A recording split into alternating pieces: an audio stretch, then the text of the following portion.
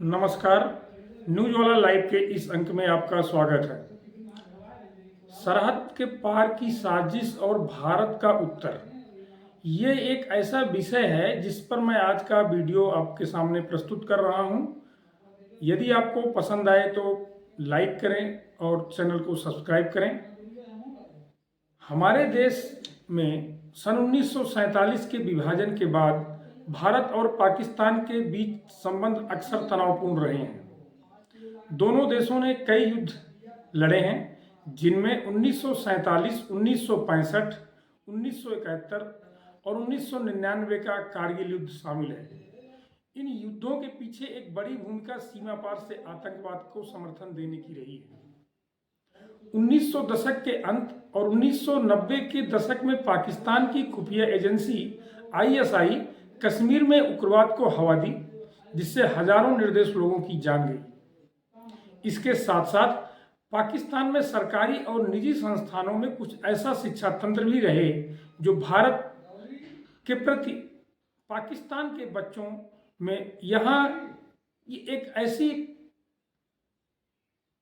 घृणित भावना का परिवेश प्रस्तुत करते रहे जिससे उसमें एक कट्टरपंथी विचार होता रहा।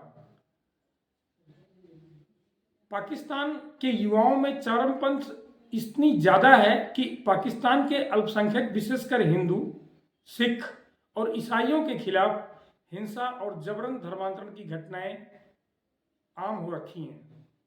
1992 में जब बाबरी मस्जिद विध्वंस हुआ था तो उस समय पाकिस्तान में हिंदू मंदिरों पर बेहिसाब हमले किए गए। ऐसी घटनाएं उनकी मानवता के खिलाफ को दर्शाती हैं और भारत पाकिस्तान के बीच बंटवारे को लेकर आज तक दोनों देशों के बीच में पनपने वाली एक जहरीली एजुकेशन को बताती हैं। इसके विपरीत भारत में हिंदू और मुसलमान दोनों धर्मों के लोग सह अस्तित्व और सौहार्द के साथ रहते हैं। यहाँ का संविधान धर्मनिरपेक्ष है, सभी धर्मों का सम्मान करता है। आज हम जब 21वीं शताब्दी में आधुनिक विश्व की बात करते हैं तो मानवाधिकारों की रक्षा करने की बातें बड़ी प्रमुखता से की जाती हैं। यदि हम अपने पड़ोसी देश पाकिस्तान की ओर नजर डालें तो यह अत्यंत दुखद और चिंताजनक स्थिति सामने आती है। पाकिस्तान में विशेषकर हिंदू समुदाय के लोग वहां पर सामाजिक, धार्मिक और आर्थिक शोषण का शिकार हो रहे हैं। जबरन धर्मांतरण, युवतियों का अपहरण, जबरदस्ती विवाह, मंदिरों का विध्वंस, ये वहां की आम घटनाएं हो चुकी हैं। इसके बावजूद विश्व की बड़ी से बड़ी एजेंसियां जिनका दायित्व हर देश में समान रूप से अत्याचारों के विरुद्ध आवाज उठाएं, इस विषय पर मौन साधे बैठी हैं। ये विडंबना जिन एजेंसियों और संगठनों में मानवाधिकारों की रक्षा के नाम पर कई देशों में हस्तक्षेप किया, वे पाकिस्तान में हिंदू समुदाय के सतत उत्पीड़न पर चुप हैं। मानवाधिकार की परिभाषा क्या केवल बहुसंख्यक मुस्लिम देशों तक ही सीमित है? हिंदू समाज का स्वभाव हमेशा सहिष्णु और समावेशी रहा है। उन्होंने न केवल अपने धर्म संस्कृति का सम्मान किया बल्कि सदैव अन्य धर्मों का आदर भी किया है। इसके बावजूद जब विश्व पटल पर हिंदू अल्पसंख्यकों के मानवाधिकार हनन की बात आती है तो वही एजेंसियां अपने आंख और कान बंद कर लेती हैं। पाकिस्तान सरकार भी इसमें कोई सकारात्मक कदम नहीं उठाती।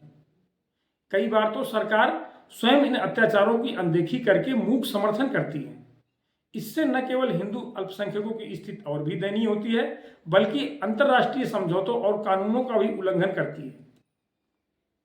यह विषय केवल पाकिस्तान तक सीमित नहीं रह जाता, यह एक गंभीर सामरिक और कूटनीतिक विषय है जो भारत की सुरक्षा और दक्षिण एशिया की स्थिरता को भी प्रभावित करता है। भारत को न केवल अपने पड़ोसी देश में रहने वाले हिंदू समुदाय के प्रति संवेदनशील रहना चाहिए बल्कि इस मुद्दे को अंतर्राष्ट्रीय मंचों पर प्रखरता से उठाना चाहिए। संयुक्त राष्ट्र मानवाधिकार परिषद, अंतर्राष्ट्रीय न्यायालय जैसी संस्थाओं को भी चाहिए कि वे अपने दायित्वों का निर्वहन करें और पाकिस्तान सरकार पर यह दबाव बनाएं ताकि हिंदू अल्पसंख्यक के अधिकारों की रक्षा सुनिश्चित की जा सके। अंततः एक वास्तव में न्यायपूर्ण और समावेशी विश्व की व्यवस्था चाहते हैं तो हमें हर समय अल्पसंख्यकों के खिलाफ पाकिस्तान और बांग्लादेश जैसे देशों में हो रही क्रूरता के खिलाफ आवाज उठानी होगी, चाहे वो किसी देश या धर्म से संबंधित क्यों ना हो। आज के अंक में बस इतना ही।